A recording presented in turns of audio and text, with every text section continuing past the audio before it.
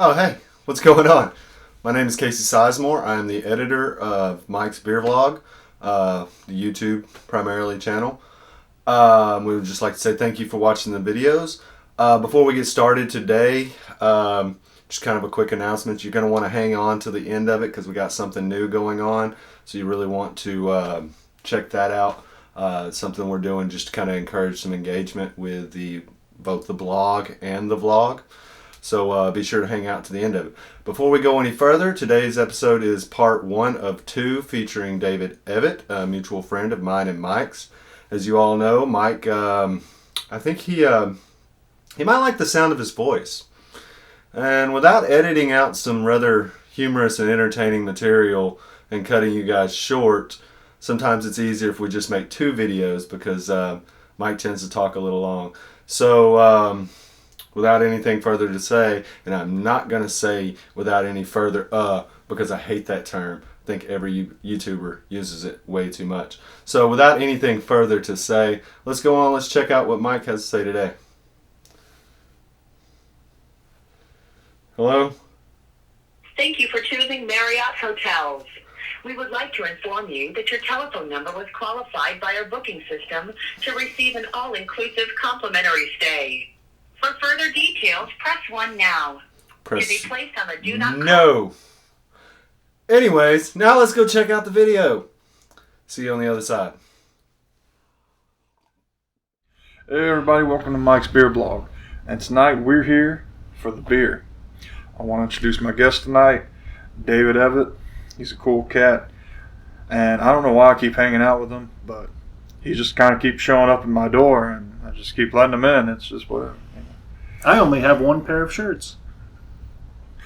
You only have one pair? Yes. I only have the shirt. This is the shirt that I only have. It's the shirt you only have? Yes. Let's not keep that in post. Anyway, Mike. Yeah, we need to delete that for sure. So tonight we've got 4 beers I'm really excited about tasting. And we're also going to do a beer unboxing. Yes, unboxing. So we're going to start with the lowest to strongest ABV in order to not be inebriated by the time we get to the glory that is the unboxing. David, have you had a chance to look at any of these? I know you've seen this one. You know this one like instinctually. I got to look at a couple. Mostly because of what you told me. Well, of course, I'm a big fan of Ziegenbock for years now. I was really excited about the Thunderhug. Mm-hmm. I heard a little bit about it. I'm very excited to taste it. Well, I don't think I've told you much about this one. So I'm going to go ahead and show you the bottle. The bottle is a little bit destroyed at the moment. This is a Linderman's Farmboys. I don't know how to say that shit. But this is going to be a raspberry beer. The thing that's going to set this beer apart from the other ones is most beers are created through the utilization of the yeast called Saccharomyces. And this beer does not. It uses a different yeast strain. Now, in particular, it's a wild yeast. And they do something where they leave the vat open on the outside and they allow bacteria to get in. And that's going to affect the flavor profile. It's going to give more fruit notes, in particular, more just interesting, flavorful, tart, sour notes into the beer. The hops are also an interesting thing to be discussed on this. They prefer to use a dried out aged hops in order to keep the excessive bitterness out. So they still use the hops as a preservative, but they don't use the hops as much as a flavoring agent like most beers do. With that being said, my guest brought a bottle opener tonight, so I'm going to get him to open this bottle for us and give us a pour.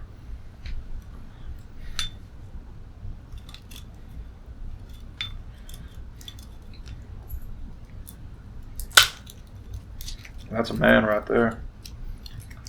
Oh no, we need a corkscrew. I can't do it with our official bottle opener. And we're going to break the glass. I'm going to try not to. Please, God. Send us a corkscrew. Please. God? God? God? Is that you, God? Well, that's the vibrator. So. Oh, no. God, what's going on? Put you down on top of it. That is really cool. Oh, I'm sorry. I'm playing with it. The fuck do you do with this? I'll just move the glasses real quick. Are you sure it's not a vibrator? I don't know, but I'm having a lot of fun. It sounds like a vibrator. It's also not push working. It down. I was pushing Push it down. it down, but the down side of the button. Down side of the button. There we go. Keep holding it. Thank you, God. Keep holding. Keep going. Keep going. It'll turn itself and it'll pull out. Beautiful. I love you, God. That was terrifying. Now that we know God delivers vibrators, let's get some pouring action. Oh, yeah. Beautiful. Wow. It's got a good head on it. I bet you've never heard someone say that about you, huh?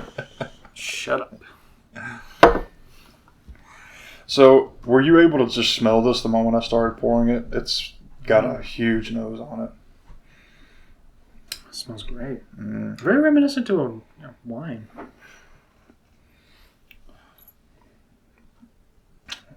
Very pink, a little dark.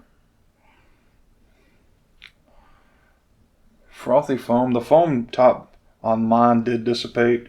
Because of the way your glass is structured, yours is going to last a little bit.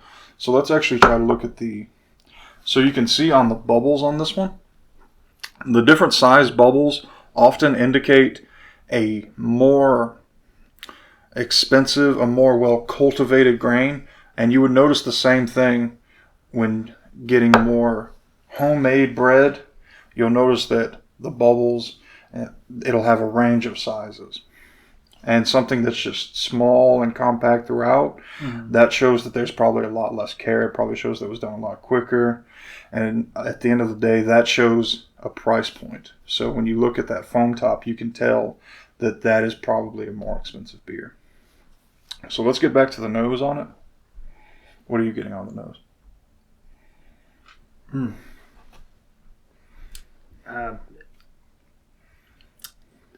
What did you say? It was distilled with cranberries? Raspberries. Raspberries. It smells fantastic. The raspberries really punch through heavily, as you would expect. So I'm getting tartness up front, but you get a good bit of sweetness as well. It reminds me of like a raspberry jam or like a raspberry preserve a little bit. I think you can get a little bit of the granules as well. Kind of like maybe it's just because I say the preserve. It's really going to be like a toast kind of thing. It's very inviting. Are you ready to do a tasting? Oh, man, I've been aching for it. Yes, definitely. Get your tasting, and I want to get your tasting notes. Cheers.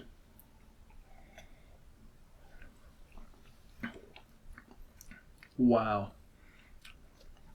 What you got on it? Wow. Just great. Okay, so you remember when I was telling you about, and actually this may be a little bit different. To me, this tastes very reminiscent to a wine, and I'm a fan. As I've told you, I'm a fan of wine. Mm-hmm. Let me just one more time.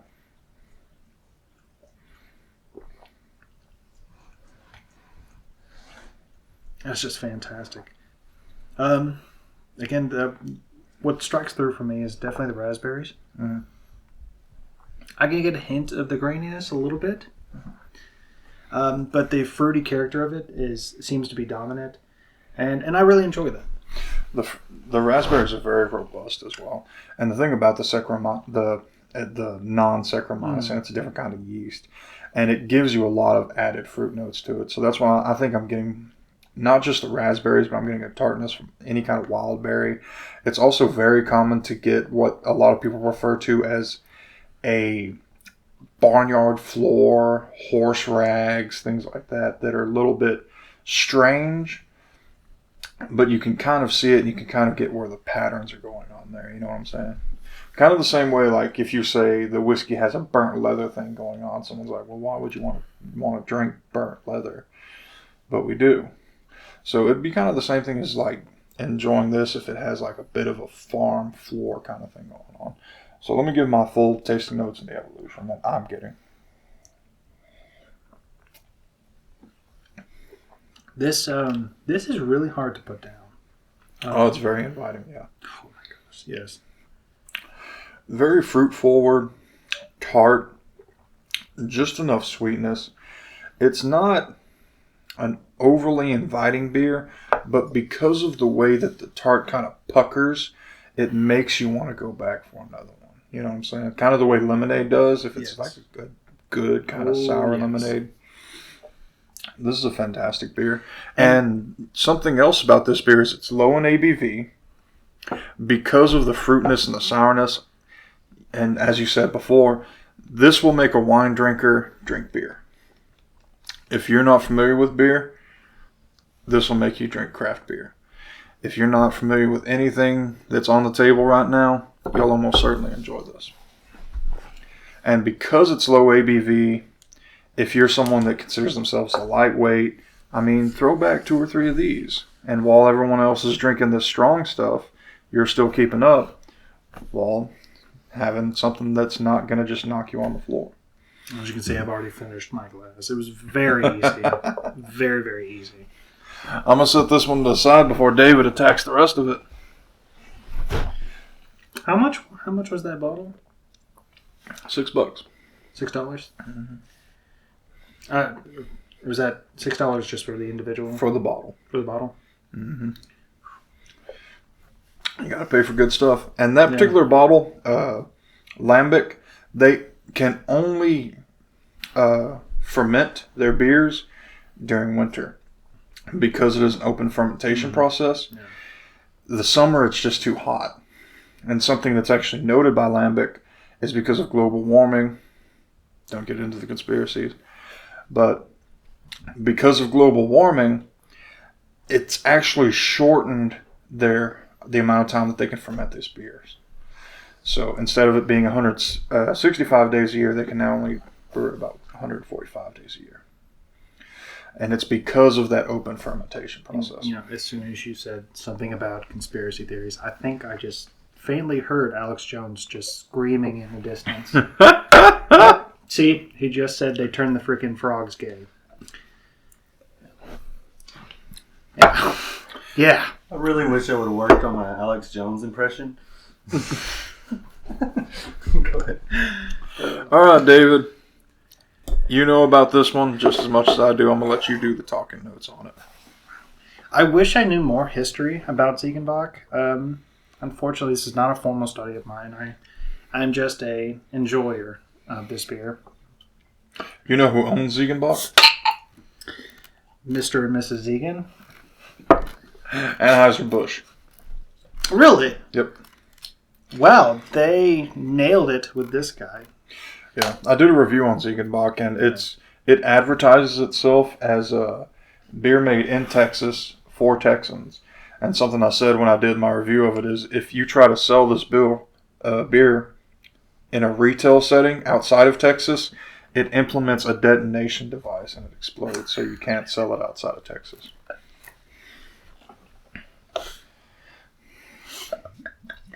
I didn't know that. That's good to know, sir. I'm going to really enjoy it with the raspberry sauce in there. Raspberry sauce. You got to learn to finish your beers, man. I'm going to start using more slender cups from now on. Been a while since I've had good head. Very nice copper color. Now, is this what you would call a dark amber? Again, forgive my ignorance, but this is a dark amber. I think it calls itself an amber bock, doesn't it? But so do you know what the word bock means? No, No, go ahead and re-educate me. I think I tried to do some studying before I got here. So learning a little bit of German Mhm. can really assist your basic understanding of what you're putting your hands on when you're getting a beer. For instance, if you're getting a Hefeweizen, Hefe means wheat and Weizen means yeast. Yeah. And if it's a Dunkel, Dunkel means dark. So when you get to Bock, Bock means goat. Yes. So it doesn't help you at all. Correct me if I'm wrong. Bock was they had a certain connotation in a very certain city. Exactly. Yes. The goat thing is actually a mistranslation of that city. This beer is the goat of all beers. It's the goat of all beers. You eat Something that's interesting about it is normally Bock was a higher proof one, and if it's more of a traditional Bock lager, it's going to be around 5 to 6%. Now, Crawford Bock by Karbach Bruco, I was very surprised to see it was only like 4.5%. So, really, yeah, I feel like it might be kind of besmirching what Bock is supposed to be, but a modern take on a traditional drink, there's nothing wrong with that, and that's a big part of what craft brewing is. What are you getting on the nose? And this is the kind of thing we were talking about actually last night. The heaviness of beers like this. Mm-hmm. And one reason why I like them so much is, there's... And then one thing when I love going to a Guinness is it's practically like you're drinking a meal. Just you're drinking liquid bread at that point. And I love it, heavy wheat. Is it? There's a hint of sweetness. What would be? I'm not sure what would be behind that itself.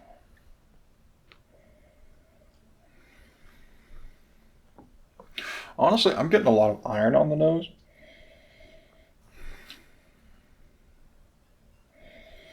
A little bit of like crusty wheat bread.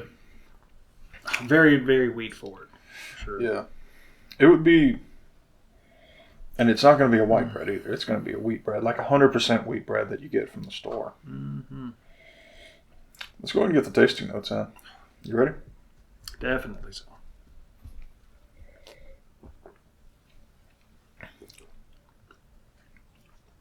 I can still taste residuals of that other beer a little bit. Really? Mine's gone. Yeah.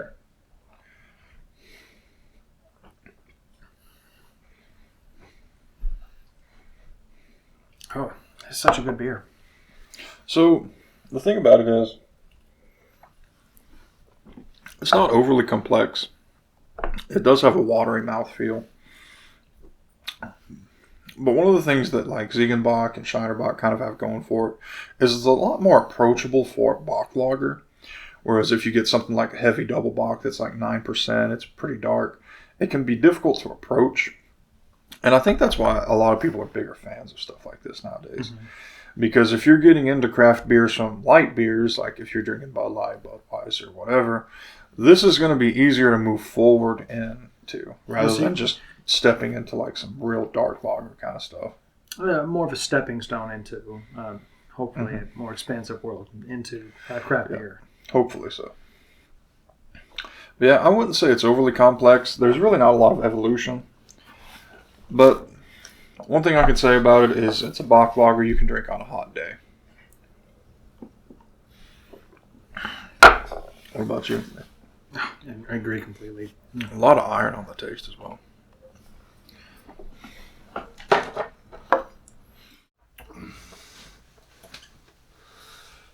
Cheers to you too, Mike.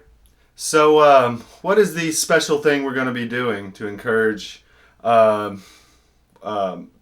engagement with the followers here?